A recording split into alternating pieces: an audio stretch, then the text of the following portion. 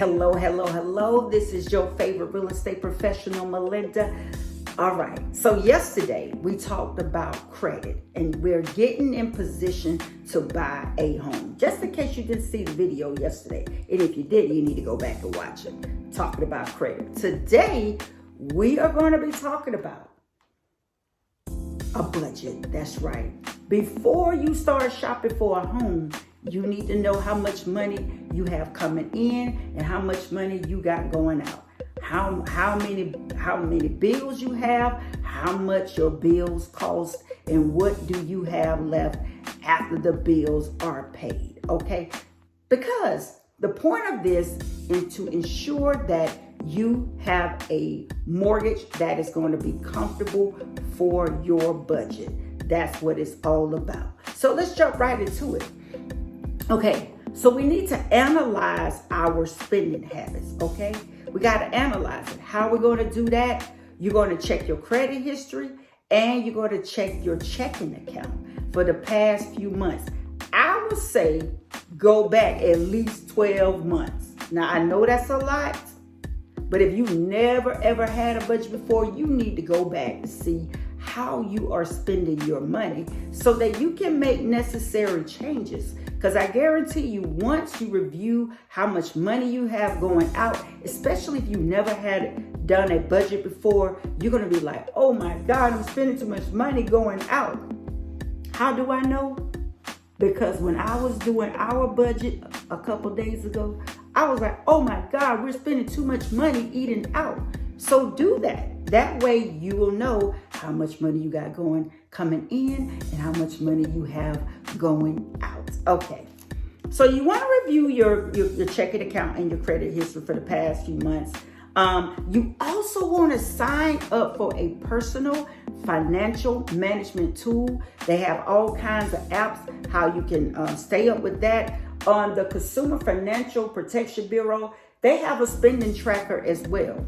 So go there and grab it. It's really, it has like pictures, like honestly, an 8-year-old can do this.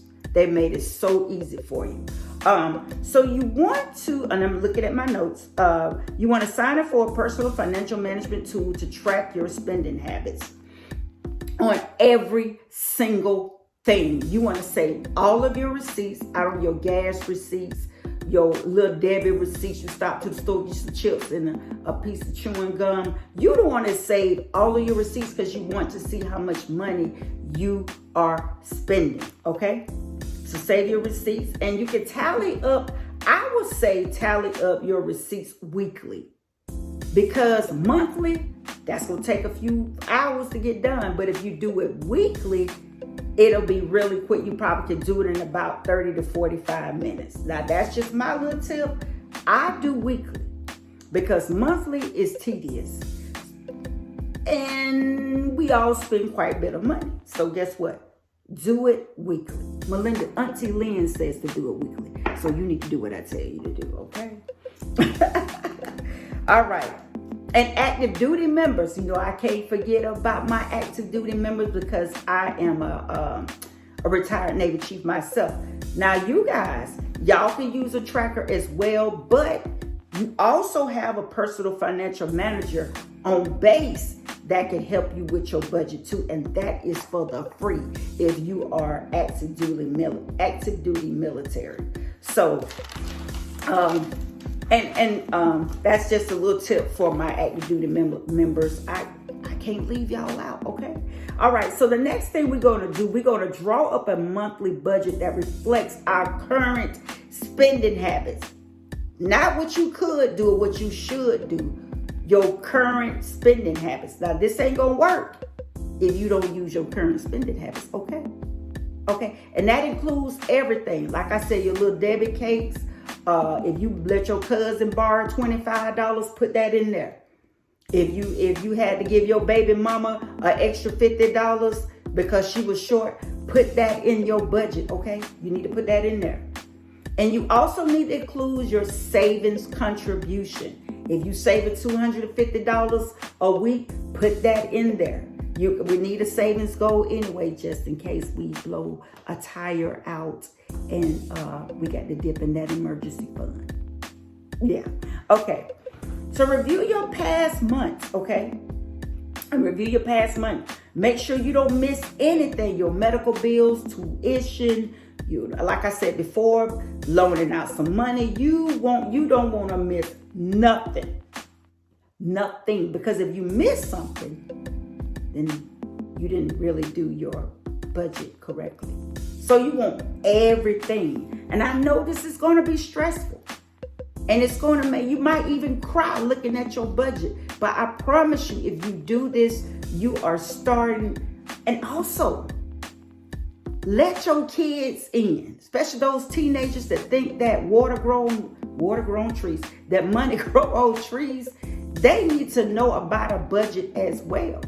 See, a lot of times we parents, we don't teach our children about money, so they become bad.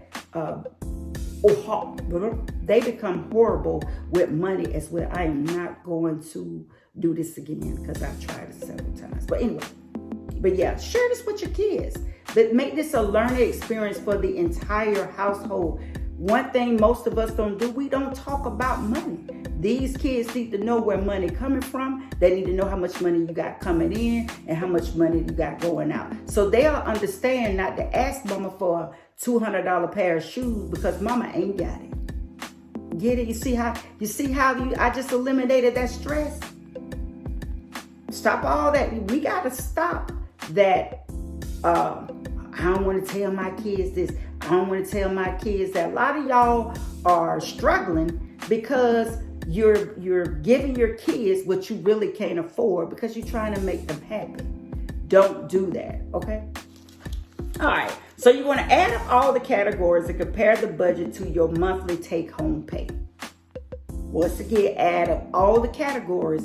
And what I mean by categories, I'm talking about that spending tracker. Your cell phone, your debt bills, you eating out, giving your girlfriend some money, that tire that just blew.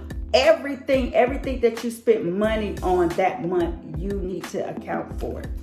All right, so once you've added all that, how much money do you have left?